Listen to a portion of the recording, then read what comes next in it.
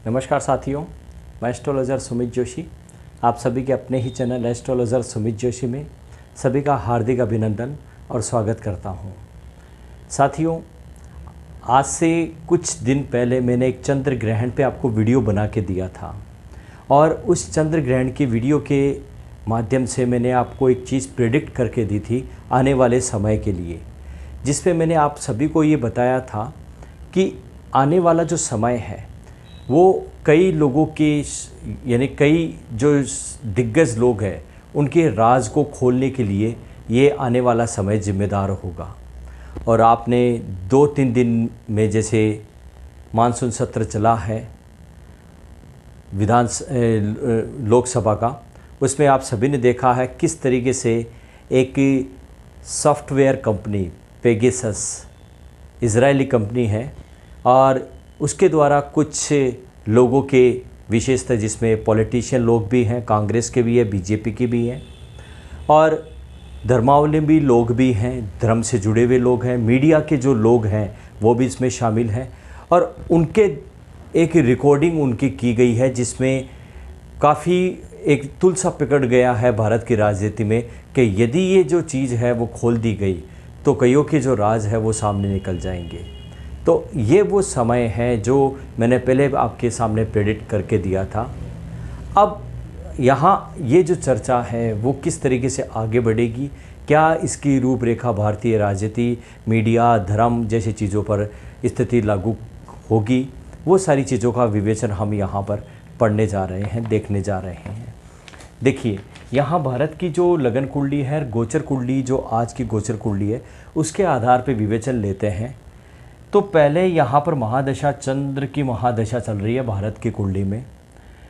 इसके साथ बुध की दशा चल रही है और बुध का ही प्रत्यंतर है। गुरु की सूक्ष्म दशा है और मंगल की आने वाले समय में गुरु की सूक्ष्म दशा होगी और मंगल की आने वाले समय में मतलब 8वें महीने में यहाँ पर मंगल की प्राण दशा भी चलेगी।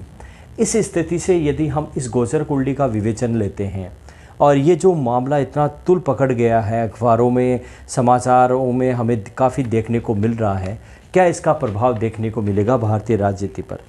देखिए साथियों, चंद्र ग्रहण के वीडियो में मैंने आपको पहले ही प्रेडिक्ट करके दिया था। क्यों हुआ था ऐसा? क्योंकि उस वक्त चंद्र में बुध था और बुध में मंगल और राहु की एक प्रत्यंतर दशा है वो चालू थी।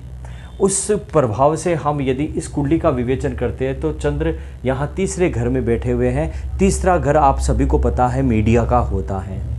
इसके साथ साथ बुध यहाँ पर धनेश है और कहीं ना कहीं राज सत्ता के घर यानी जो मंत्री वगैरह जो पद होते हैं उसको ये पंचम भाव से देखा जाता है, सलाहकार के पद से देखा जाता है। इसमें हम ये कह सकते हैं डेमोक्रेसी के भी कुछ लोग हैं वो इस मामले में जकड़ में आए हैं, तो ये डेमोक्रेसी का भाव यहाँ से देखा जाता है।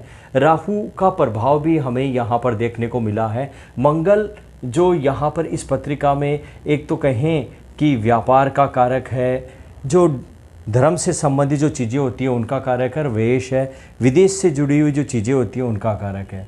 ऐसे में उस कैलकुलेशन में मैंने उस वीडियो में आपको ये चीज़ प्रेडिक्ट करके दी थी। अब यहाँ यदि गोचर कुंडली पे लेते हैं पहले, तो यहाँ हम देखते हैं सबसे पहले राहु का चंद्र पे प्रभाव देखने को मिल रहा है हमें।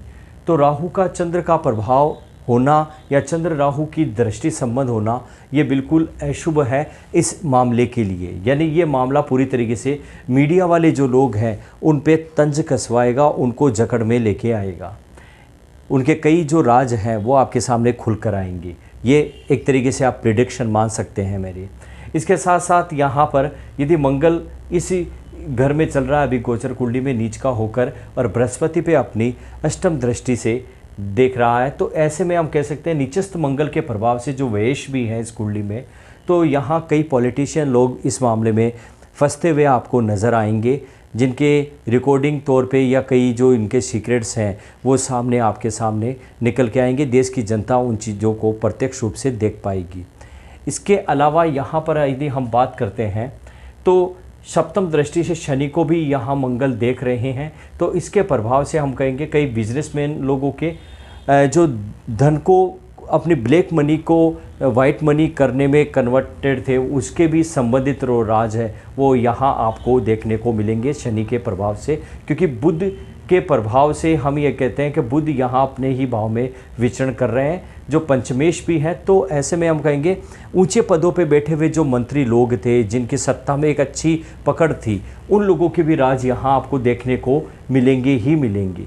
तो ऐसे में हम ये कह सकते हैं चंद्र राहु का जो संबंध होना, जो राहु धोखे का कारक है, तो कई जनता के सामने अब जो धोखे इन लोगों ने किए थे वो आपके सामने निकल के आएंगे। गुरु का बुध पर जो प्रभाव यहाँ पर नज़र आ रहा है, क्योंकि पंचम दृष्टि से बुध यहाँ देख रहे हैं और वो गुप्त षड्यंत्रों के कारक होकर साथ में लाभ इच्छा का, जो इन्होंने अपने लाभार्जन के लिए, अपने स्वार्थ के लिए अब गुप्त षड्यंत्र रचे थे, उनका राज उजागर यहाँ होने वाला है। क्योंकि वाणी का घर है तो अपनी जो रिकॉर्डिंग है वो वाणी से संबंधित हो गई, तो वो चीज़ भी आपको देखने को मिलेगी। इसके अलावा मंगल का प्रभाव कानूनी, राजनीति, मीडिया, अध्यात्म जैसी चीज़ों से जुड़कर इनके राज उगलेगा। तो ये मामला अभी काफ़ी आगे गरमाने वाला है और इन्होंने जो अपने क्रियाकलाप किए उनका हर्जाना इनको भोगना ही पड़ेगा। अभी तक के लिए इतना ही। जय श्री कृष्णा, जय भारत।